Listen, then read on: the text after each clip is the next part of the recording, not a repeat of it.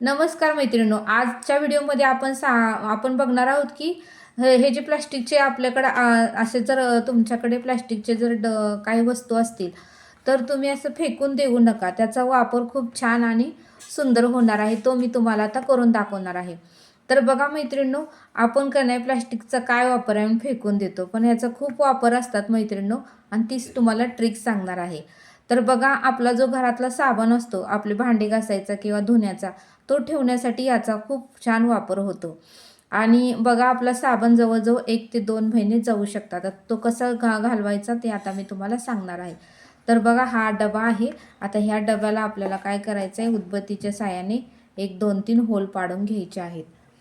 तर बघा, असा तुम्ही दिवा लावून घ्या.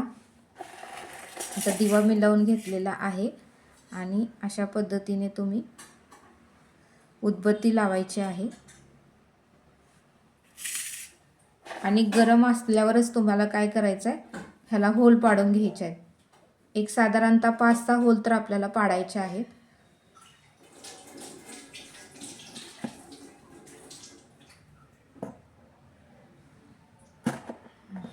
बघा, अशा पद्धतीने तुम्ही एक 2-3 होल पाडून घ्या मैत्रिणींनो. होल का पाडायचे ते मी तुम्हाला सांगणार आहे. व्हिडिओ व्यवस्थित बघा, स्किप करू नका, तर तुम्हाला समजणार आहे. तर बघा, इथे एक पाडला, आता इथे एक पाडून घ्या.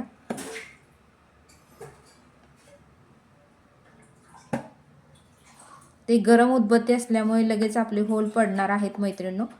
आपल्याला फार काही त्रास होणार नाही. तर अशा पद्धतीने तुम्ही 2-3 होल पाडून घ्या. आता मी इथे 2 तिथे 3 झाले.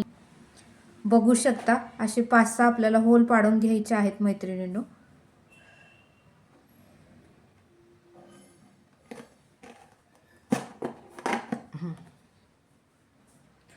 तर बघू शकता मैत्रिणींनो, मी जवळजवळ एक 6 होल पाडलेले आहेत. तुम्हाला जास्त हवा असेल तर तुम्ही जास्तही होल पाडू शकता.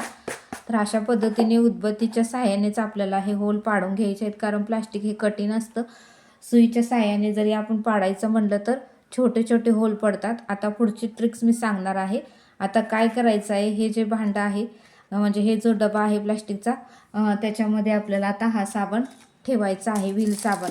आपण कपड्यासाठी किंवा भांड्यासाठी जो साबण आपण वापरतो तो साबण, किंवा आपण आंघोळीसाठी जो साबण वापरतो अंगाचा किंवा तोंड धुवायचा, तो सुद्धा साबण आपण ठेवू शकतो. बघा, हा साबण आता आपल्याला ह्यात ठेवायचा आहे. तुम्हाला आता मी दाखवते.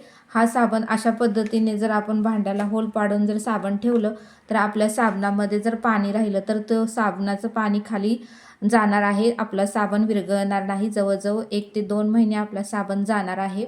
तर अशा पद्धतीची ट्रिक्स तुम्ही वापरून बघा. तुमच्याही घरातील व्हील साबण किंवा कुठलाही साबण असू द्या, तर तो साबण तुम्हाला बरेच दिवस जाऊ शकतो मैत्रिणींनो. तर हा उपाय तुम्ही नक्की करा. आता बघा, मी पाणी ओतून तुम्हाला दाखवते. आता ह्या साबणामध्ये आपण पाणी ओतते मी. तर बघा, आता पाणी कसं गळतंय ते बघा.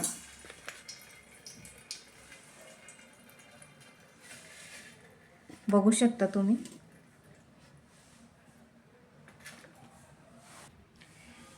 तर बघा मैत्रिणींनो, आता ह्या साबणामध्ये परत अजून पाणी ओतून दाखवते, तुम्हाला प्रत्यक्षात करून दाखवते.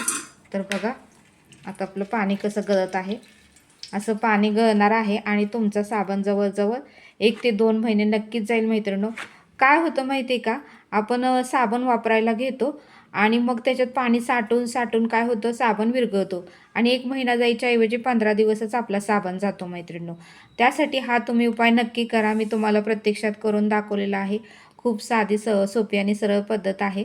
फक्त आपल्या प्लास्टिकच्या भांड्याला होल पाडून घ्यायचं आहे आणि मग त्यामध्ये साबण ठेवायचं आहे आणि साबण बराच काळ जाणार आहे आणि त्याचं पाणीही खाली असं गळणार आहे. तर अशी ट्रिक तुम्ही वापरून नक्की बघा आणि हा व्हिडिओ कसा वाटला मला नक्की कमेंट करून सांगा. व्हिडिओ आवडल्यास लाईक, शेअर आणि सबस्क्राईब करा. बघा, या होलामुळे काय होतं आहे, आपलं पाणी खाली गळत आहे. त्याच्यामुळे असं जर भांडं असेल तर टाकून देऊ नका. ह्याच्यामध्ये साबण ठेवण्यासाठी तुम्ही हे भांडं यूज करू शकता. तुमच्या भांड्याचा धुण्याचा साबण, कुठलाही साबण ठेवू शकता बराच काळ. तो साबण तुम्हाला पुरेल आणि 1 महिना जायच्या ऐवजी 2 महिने तर तुमचा साबण हा नक्कीच जाईल. तर हा व्हिडिओ कसा वाटला मला नक्की कमेंट करून सांगा. आवडल्यास लाईक, शेअर आणि सबस्क्राईब करा. भेटूया आपण अशाच एका नवीन व्हिडिओमध्ये. धन्यवाद.